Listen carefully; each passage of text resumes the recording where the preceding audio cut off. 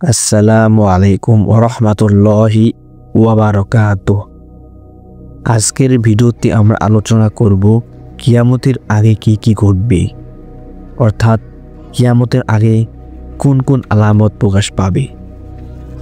আল্লাহ তাআলা কোরআনে ও রাসূল সাল্লাল্লাহু আলাইহি ওয়াসাল্লাম হাদিসে আমাদেরকে এসব আলামতের ব্যাপারে স্পষ্টভাবে জানিয়ে দিয়েছেন। কিয়ামতের আলামত দুইভাবে ভাগ করা, ছোট আলামত এবং বড় আলামত।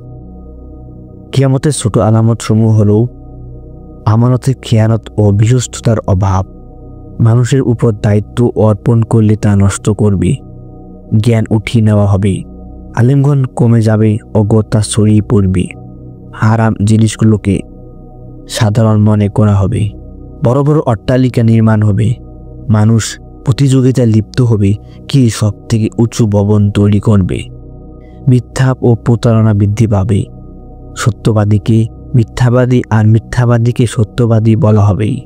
সময় দ্রুত কেটে যাবে, এক বছর যেন এক মাসের মতো মনে হবে, সুদ ঘুষ অন্যায় উপার্জন ছড়িয়ে পড়বে, আত্মীয়তার বন্ধন ছিন্ন হবে, কোরআন তেলাওয়াত করবে অনেকে কিন্তু অন্তরে প্রভাব পড়বে না, হত্যাকাণ্ড ও রক্তপাত বৃদ্ধি পাবে। এবার কিয়ামতের বড় আলামত সমূহ জেনে নেই।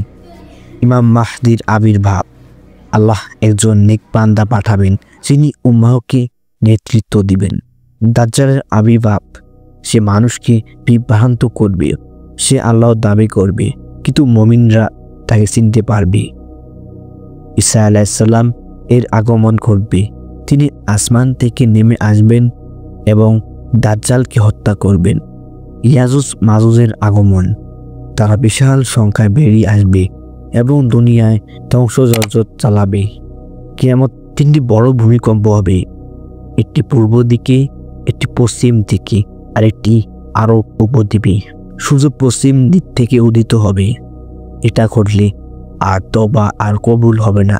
কিয়ামতের আগে এক অদ্ভুত প্রাণী বের হবে যা মানুষকে চিহ্নিত করবে, কেউ মুমিন আর কেউ কাফির, এবং কিয়ামতের শেষ ঘণ্টা বাজাবে। বন্ধুরা, আজ আমরা দেখলাম কিয়ামতের আগে ছোট বড় আলামত সমূহ। অনেক ছোট আলামত ইতিমধ্যে আমরা নিজ চোখে দেখতে পাচ্ছি, অর্থাৎ শতকরা 90% প্রায় প্রমাণিত হয়েছে।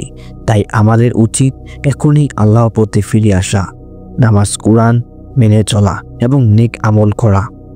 আল্লাহ আমাদেরকে কিয়ামতের ভয়াবহতা থেকে হেফাজত করুন এবং আল্লাহ আমাদেরকে কিয়ামতের ভয়াবহ থেকে হেফাজত করুন।